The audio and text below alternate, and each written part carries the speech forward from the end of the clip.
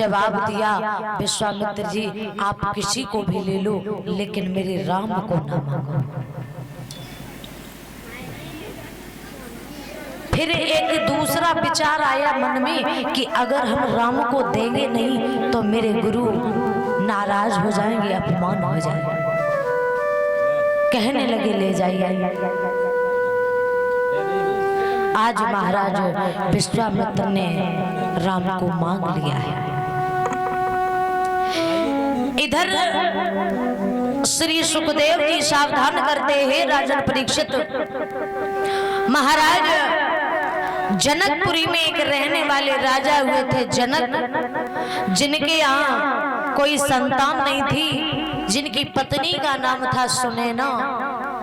आज महाराज राज्य में वर्षा नहीं हो रही थी तो राज्य के लोगों ने कहा कि राजा और रानी अगर हल को चलाएं तो शायद वर्षा हो जाएगी।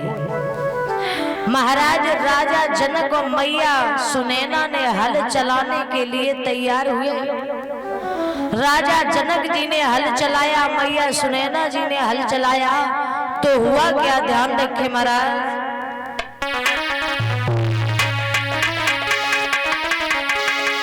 कि हल की पहली हरैया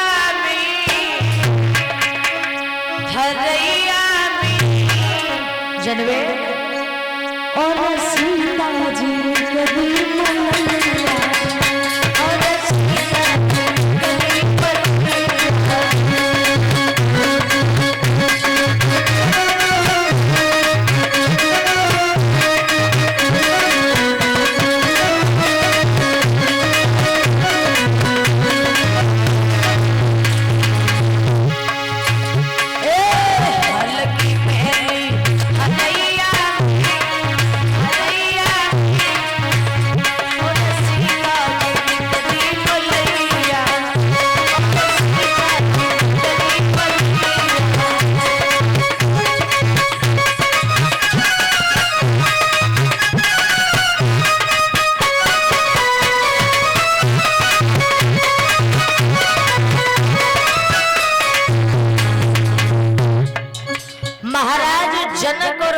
सुनैना ने हल चलाया। जैसे ही पहली हरैया को भरा तो आज एक मटकी निकली है। महाराज जनक ने उस मटकी को देखा, वो मटकी उठाई तो महाराज उसमें एक कन्या निकली है जिनका नाम रखा गया सीता।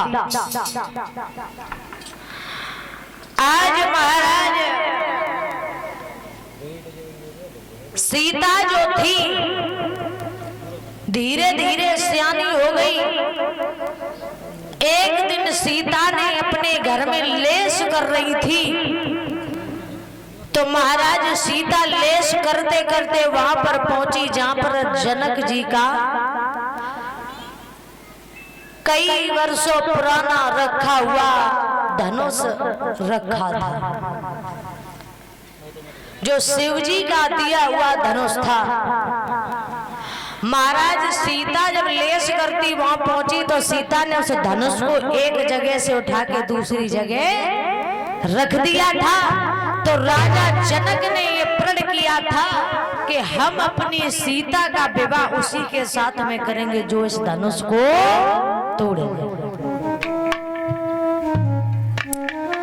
इधर श्री सुखदेव जी कहने लगे, हे उत्तरानंदन परीक्षित, महाराज विश्वामित्र ने राम को मांगा। आज महाराज विश्वामित्र राम को जब लेकर के चले तो लक्ष्मण जी कहने लगे, भैया कहाँ जा रहे हो, मैं भी तुम्हारे साथ चलूंगा। राम समझा के कहने लगे, भैया लक्ष्मण तुम नहीं जाओ क्योंकि परेशान हो जाओगे, मैं लौट करके आऊंगा। आज उसी समय मेरे भगवत श्रोताओं महाराज लक्ष्मण नहीं माने, कहने लगे भैया मैं तुम्हारे साथ चलूंगा।